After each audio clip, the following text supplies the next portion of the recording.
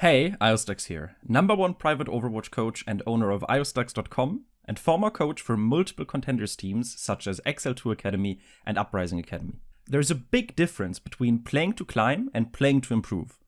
Of course, this poses a dilemma for most players. The main reason we want to improve is so we can climb to higher ranks and enjoy higher quality games. But if we want to improve, that means that we have to sacrifice our win rate in the process. So how can we find a compromise between the two playstyles? Let's first explain the main differences between playing to improve and playing to climb. And after that, I'll explain the 6-2 rule, something that I've recommended to players for years now. When we play to improve, we want to deepen our understanding of the game. But how do we do that? The same way the greatest minds of humankind have figured stuff out, throwing stuff against a wall until it sticks. Most of humanity's greatest discoveries have something to do with explosions, radioactive decay, and a lot of money sent down the drain. Sometimes the best way to understand how something works is by figuring out how it definitely doesn't work. If we transfer this over to video games, this means experimenting with playstyles. Sure, if you watch guides, you'll get a lot of great guidelines on how to play the game. Go on flanks as Tracer, use high ground as Soldier, shield your team as high ground. But what if we don't do that? What if we just stay with our team as Tracer, go on flanks as Soldier, and play like an absolute madman as Reinhardt who doesn't care one bit about his team's survival? Experimenting with these different playstyles can teach us a lot about the game. Sure, flanking as Soldier will end up with us being dead very often, but sometimes it'll work, and that's a learning opportunity. Why did it work? What was different here compared to the countless times before where I died? Can I reproduce this success? Only by experimenting and making choices that we wouldn't have chosen otherwise can we broaden our understanding of the game. But for every successful pharmaceutical that gets developed, thousands of excruciatingly painful ways to die get synthesized. In other words, while experimenting with different playstyles can give us new insights and discoveries on how the game really works, we'll also end up losing a significant amount of games in the process, trying stuff out that ends up just not working. This brings us to the second playstyle, playing to win. This is where we don't experiment, where we don't try out things with unpredictable results. When we play to win, we just stick with what we know works. We avoid taking risks, we avoid experimenting with our playstyle, we pick the heroes that we feel most comfortable on in any given situation. Sticking to what's proven and familiar is more likely to give us consistent results, but the process gives us very little insight into the inner workings of the game. They're not really allowing us to discover anything new about the game. Both playstyles, playing to win and playing to improve, are polar opposites. On one hand, we want to stick to what we know has worked in the past. On the other hand, we want to push the limits and potentially discover better ways to make decisions. So how do we balance our want to improve with our desire to climb? Introducing the 6-2 rule. The 6-2 rule gets its name from Overwatch's ranked cycle, but it applies to any competitive game you might play. A ranked season in Overwatch lasts 2 months or 8 weeks. All the 6-2 rule states is that we use the first 6 weeks of each season to focus solely on improving.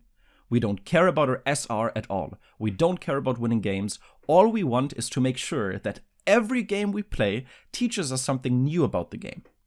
We want to try out new playstyles, maybe pick a character we don't usually pick in a particular situation, and take fights that we normally wouldn't be confident in taking. Our playstyles will fail, the characters will end up being completely useless, and we'll lose plenty of 1v1s. But sometimes the different playstyle will work. Sometimes the different hero choice will work better than expected, and sometimes we'll win that 1v1 that we would have been scared of taking otherwise. And all of that teaches us something about our limits, and what tools we really have at our disposal in our ranked games. After those 6 weeks of focusing entirely on improving, we probably won't have climbed very much. If anything, we probably lost a bunch of SR. But that's no problem, because the last 2 weeks are reserved for pure try-hard climbing. We just focus on all the things that did work in the past 6 weeks. If a certain pick turned out to be really good, we'll pick it again. If a certain 1v1 turned out to be much more favorable than we initially believed, we'll take those 1v1s now. we scrap all the junk experiments and transfer all of the successful experiments from the 6 weeks of improving into our core playstyle.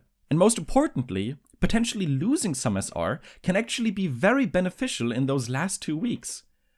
If you are a 3000 SR player normally and slowly drop down to 2500 during the 6 weeks of improvement, when you go back to tryharding, you'll be in lobbies that are significantly easier than you are used to.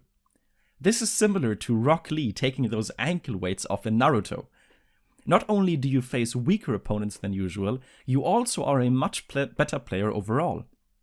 This means that you will most likely start your final 2 weeks off on a win streak. This will significantly boost your confidence and thus performance as a player, and going on a win streak will also significantly bump up your MMR, allowing you to gain more SR on your wins than you lose on your losses. You're basically slingshotting past your previous rating and into a new peak. And after the season ends, you start the whole process all over again. 6 weeks of experimentation, trial and error, and limit testing.